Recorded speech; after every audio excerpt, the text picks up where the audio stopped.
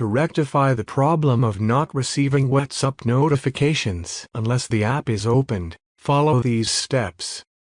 Long press the WhatsApp icon and select App Info. Click on Manage Notifications and ensure that the toggle for Allow Notifications is enabled. Go to Back and select Battery. And here you need to choose Unrestrict. Open your device's settings and search for sleeping apps.